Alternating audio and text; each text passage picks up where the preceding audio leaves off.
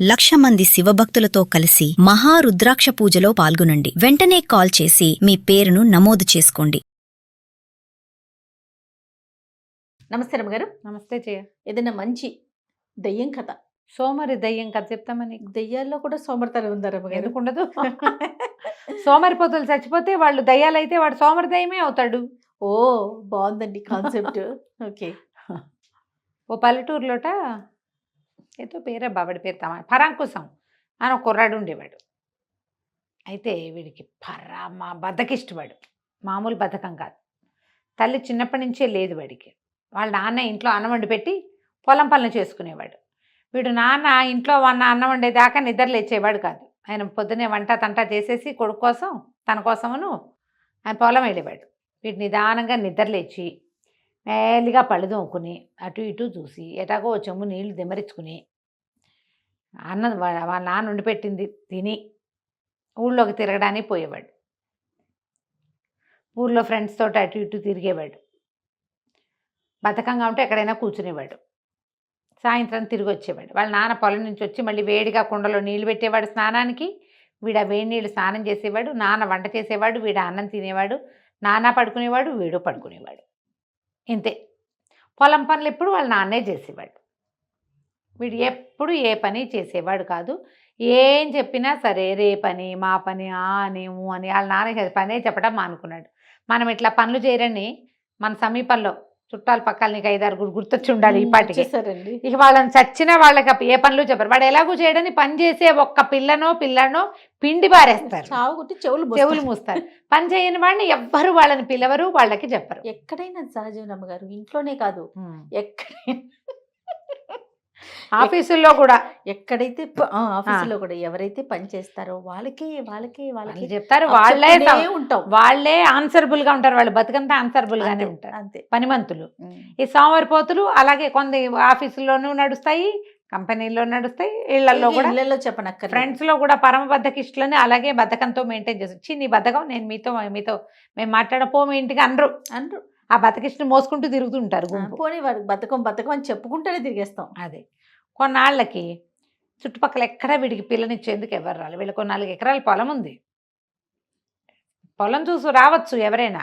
వీడు కొంచెం చూపు శృంగారు బాగానే ఉంటాడు. కానీ వీడి బద్ధకం తెలిసి ఎవ్వరు చుట్టుపక్కల వాళ్ళు పిల్లనివ్వల. ఓకే. ఒక 3 ఏళ్ళ ఊళ్ళ అవతల ఒక సంబంధం కుదిరింది. ఆ పిల్ల పేరు నాగమణి. అది చక్క పనిమంతురాలు. పొలం పనులు చేసి అవతల పారేస్తుంది, ఇంట్లో పని చేసి పారేస్తుంది. అది దాన్ని పెళ్ళి కుదిర్చారు. సరే పెళ్ళి కుదిరినప్పుడు కొంచెం సరదాగానే ఉంటుంది. వెళ్ళారు, మాట్లాడారు, చేశారు. పెళ్లిపేటల మీద 3 ముళ్ళైనాయినా అంటే 3 ఎందుకు, 2 వేస్తే చాలుగా, 3 ఎందుకు అన్నట్ట. 1 ముడి వేస్తే ఊడిపోతుంది, 2 వేస్తే చాలుగా, 3 ఎందుకు అనవసరంగా అనగానే ఈ పిల్లకి అర్థం, ఊరిని వీడు బద్దకిష్టు కాబోలు, ఎక్కడ కర్మ ముడేయటానికి కూడా బద్దకిచ్చేవాడు, వీడు ఏం చేస్తాడు. సరే ఇంటికి వచ్చాక అమ్మాయికి మొగుడు గారి బద్ధకం తెలిసింది. అదే పొలం పోయేది, అదే ఇంట్లో పనిచేసేది, ఊరుకునేది. ఒకనాడు ఎప్పుడో ఏమందిట, అటా కూర్చుని ఉంటావు, పడుకుని ఉంటావు, కదలకుండా కాస్త అలా వెళ్ళి మీ నాన్నకి పొలం పని సాయం చేయకూడదు అంతే అనేసరికల్లా అతను అన్నాడు పరాంకుశం, ఏమిటి పొలం వెళ్ళి పని చేసేది, ఇప్పుడు మా నాన్నకి పొలంలో సాయం చేయమంటావు, రేపొద్దు నీకు వంటలో సాయం చేయమంటావు.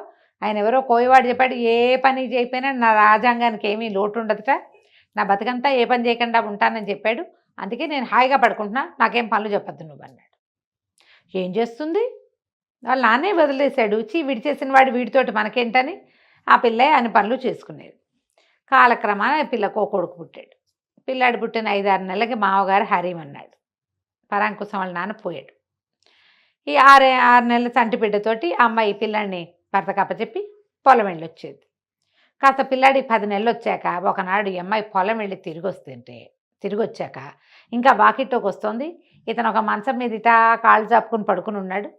ఈ 10వ నెలలు వచ్చిన చంటివాడు పాక్కుంటూ వెనకాల ఒక దిగుడు బాగుంది వాళ్ళకి, బావు వైపుకి వెళ్ళిపోతున్నాడు. అయ్యో.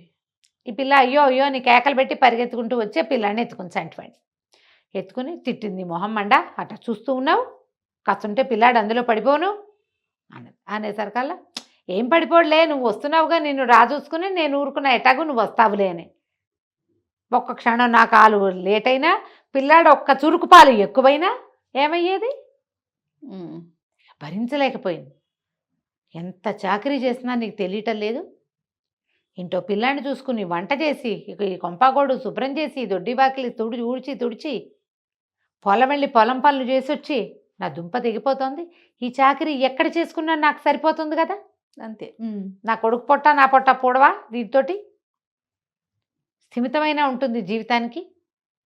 నేను నీతో చచ్చినా ఉండను, ఏదో ఒకటి చేసుకో ఏడు, నేను నీతో ఉండను అని చెప్పేసి పిల్లాన్ని ఎత్తుకుని వెళ్ళిపోయింది పుట్టింటికి.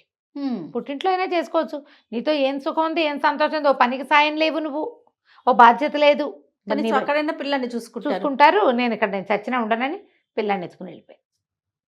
సరే వీడేం చేస్తాడు, అట్లా ఉన్నాడు. అప్పుడు కూడా ఉన్నాడు. 2 పూటలు గడిచినాయి. రెండో పూట ఒక పూట గడిచింది, రెండో పూట ఒక పూట గడిచింది. కాళ్ళు రాపుకొని ముక్కాల పీట మీద కూర్చున్నాడు. ఈ ముక్కాల పీట మీద నుంచి లేచి మంచం ఎవడేస్తాడు పక్క ఎవడేస్తాడని ముక్కాల పీట మీదే కూర్చుని ఉన్నట్ట కురికి పాటలు పడుతూ. వాడికి లేచి మంచం వేసుకుని పక్కేసుకోవడానికి బద్ధకం. పెళ్ళామే మంచం వేసి పక్కేసి బాగుంది కూర్చుని ఉంటే ఒక దయ్యం వచ్చిందట. ఒక ఆత్మ లాంటిది, తోకల్లే ఉంటుంది కదా, విట్లాచారి సినిమాలు చూడండి, అందులో మీకు కనపడతాయి. దయ్యం ఎలా ఉండాలో ఆయన చూపిస్తాడు.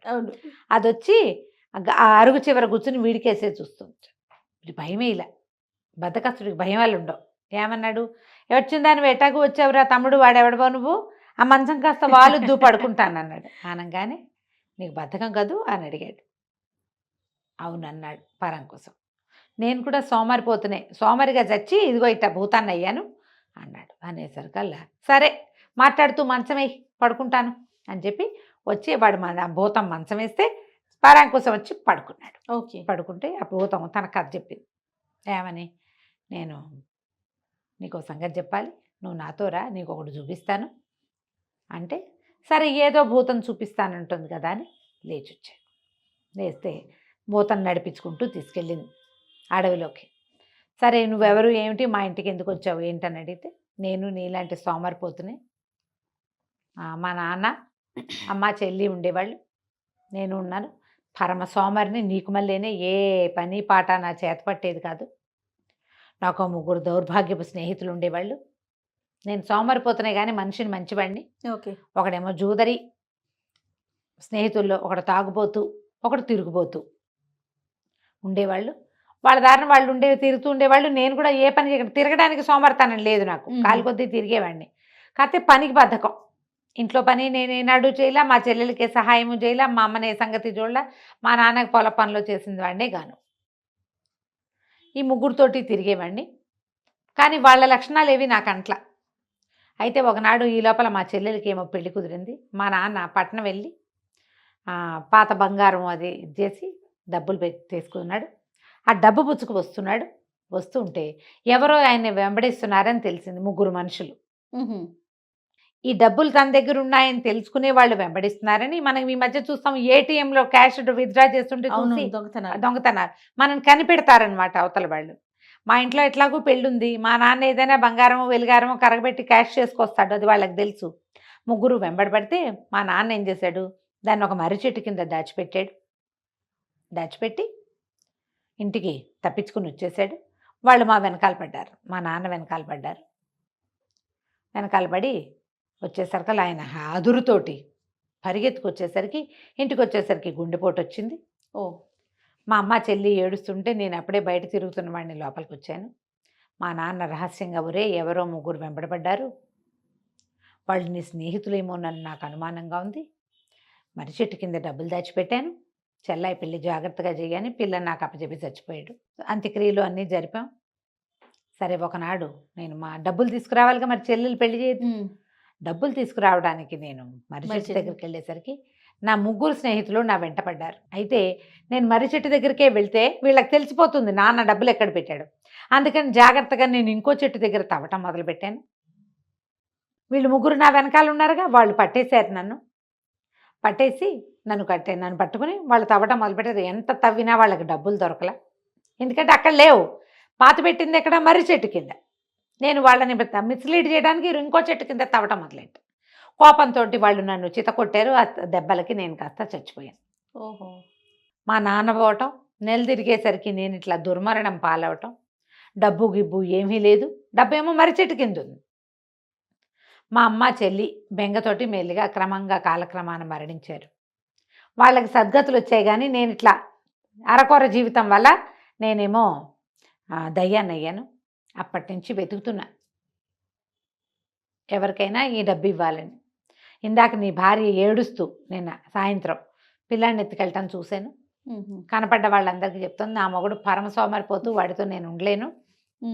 వాడు నాన్న లేకపోయినా వాళ్ళ ఊళ్ళో వాళ్ళు అదేంటమ్మా తల్లిదోడు ఎవరు లేరు వదిలిపెట్టిపోతే ఎట్లాంటి, వదిలిపెట్టక నేను ఏం చేయను, కాస్తుంటే పిల్లాడు నూతులో పడేవాడు, ఏదో రకంగా నా పిల్లాడిని నేను కాపాడుకుంటానని వెళ్ళిపోతుంది. అది చూశాక నాకు అనిపించింది, నాలాంటి సోమరిపోతువే నువ్వు కూడా.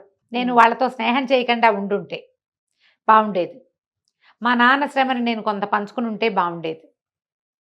పోనీ మా నాన్న పాతి పెట్టింది ఉంటే ఉంటుంది, నేనే ఏదైనా ప్రయత్నం చేసి చెల్లెలు పెళ్లి చేద్దాం అనుకుంటే బాగుండేది. ఎప్పుడు నాకు బుద్ధి రాలా. దయ్యాన్ని అయ్యాక బుద్ధి వచ్చింది, నీకు నేను డబ్బులు చూపిస్తా, మా నాన్న దాచిపెట్టింది, నువ్వు అవి వాడుకో, నీ పెళ్ళాన్ని పిల్లాన్ని తెచ్చుకో, ఈ సోమరిపోతానాన్ని వదిలిపెట్టు, లేకపోతే నాలాగానే నువ్వు కూడా అయిపోతావు అని చెప్పి ఏం చేసింది, వీడిని తీసుకుపోయి ఈ పరాకుసాన్ని మర్రి చెట్టు కిందకి తీసుకెళ్ళి.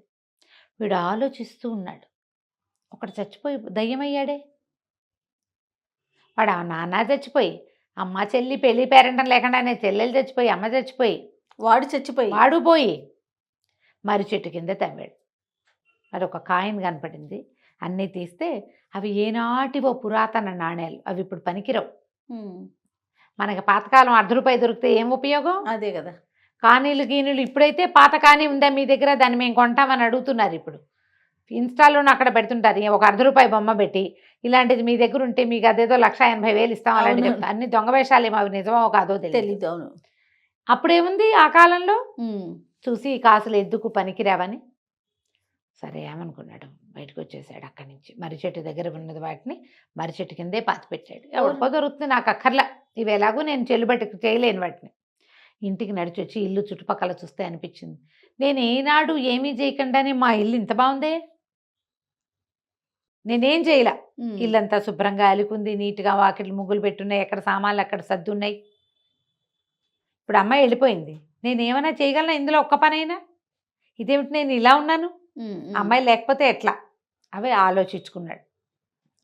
మర్నాడు పొద్దున పక్కనున్న రైతు దగ్గరికి వెళ్ళి, నేను వ్యవసాయం చేద్దాం అనుకుంటా, నాకు ఒక్క పని రాదు, అందుకని నీ పొలంతో పాటు నా పొలం కూడా కౌలు చేయి, రోజువారీ కూలి ఇవ్వు, నువ్వు ఏ పని నేర్పిస్తే ఆ పని చేస్తా, నాకు కౌలు ఇవ్వు కూలి ఇవ్వు అని మాట్లాడుకున్నాడు.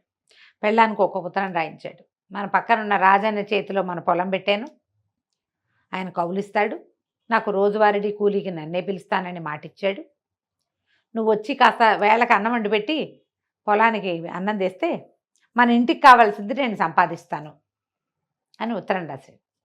ఈ మొగుడికి సోమరిపోతాను, వాడే స్వయంగా ఉత్తరం రాశాడు కదా, అది చూసుకుని అమ్మాయి మీరు సోమరిపోతాను వదిలిందిరా దేవుడా అని ఆ అమ్మాయి కొడుకుని ఎత్తుకుని మళ్ళీ వచ్చేసింది. వీడు ఆ దయ్యాన్ని చూసిన భయంతో మెల్లిగా సోమరిపోతానాన్ని వదిలిపెట్టి ఒక 4-5 సంవత్సరాల్లో వాళ్ళు 4 ఎకరాలకి ఇంకో 4 ఎకరాలు కొన్నట్ట. ఇంకో 4 ఎకరాలు కొని క్రమంగా మోతుబరి అయ్యాడు. ఒళ్ళు దాచుకోని వాడికి సంపాదన ఉంటుంది అంతే. బద్దకిష్టులకి, సోమరిపోతు వాళ్ళకి, రేపు చేద్దాంలే అని అనుకునేవాడివి, గోడ మీద రేపు రాసుకునే వాళ్ళకి రూపాయి రాదు, ఖచ్చితంగా రాదు. ఉద్యోగినం పురుష సింహం ఉపైతి లక్ష్మి అంటారు. ఎవడైతే ఉద్యోగిగా ఉంటాడంటే పని చేయాలి అన్న ఉద్దేశంలో ఉంటాడో వాడికి లక్ష్మి దొరుకుతుంది అంతే, వాడి జీవితంలో ముందుకెళ్తాడు. సోమరిపోతనాలు విడిచిపెట్టండి. ఇందులో ఉన్న సోమరి దయ్యంలాగా మనం ఆత్మలుగా మారాక బుద్ధి వచ్చినా ఏ ప్రయోజనమూ ఉండదు అంతే. కాబట్టి ఇలా ఆలోచించండి తప్పకుండా. నమస్తే రమ్మగారు. నమస్తే.